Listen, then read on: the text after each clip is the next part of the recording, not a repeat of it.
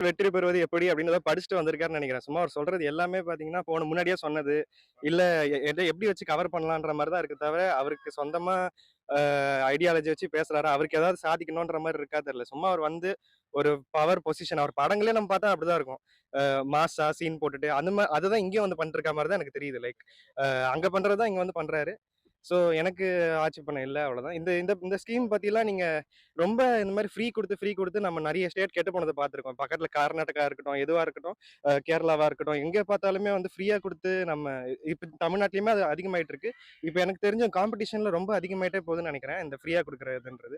அது முடிஞ்ச வரைக்கும் கம்மி பண்றது தான் பெட்டர். இப்ப நம்ம ஆல்ரெடி இவ்வளோ கடன்ல இருக்கோம் இந்த ஆட்சியில. ஸோ அத முடிஞ்ச வரைக்கும் இன்னும் கம்மி பண்றது பெட்டர். இன்னும் அதிகமா தருவேன்னு சொல்லி இவங்க ஜெயிக்க பார்க்கிறத விட கண்டிப்பா நம்ம ஒரு சிட்டிசனா பார்த்தா ஃபியூச்சர்ல இது நடக்கிறதுக்கு வாய்ப்பு இல்ல. ஏன்னா, இங்க இருக்க கடன்ல இதெல்லாம் அவங்க சாத்தியப்படுத்துறதுக்கு கண்டிப்பா தங்கம், மோதிரம் குடுக்கறது மக்களுக்கு அறிவு இல்லாத மாரி இருக்கு அவங்க சொல்றதெல்லாம் கேட்டா.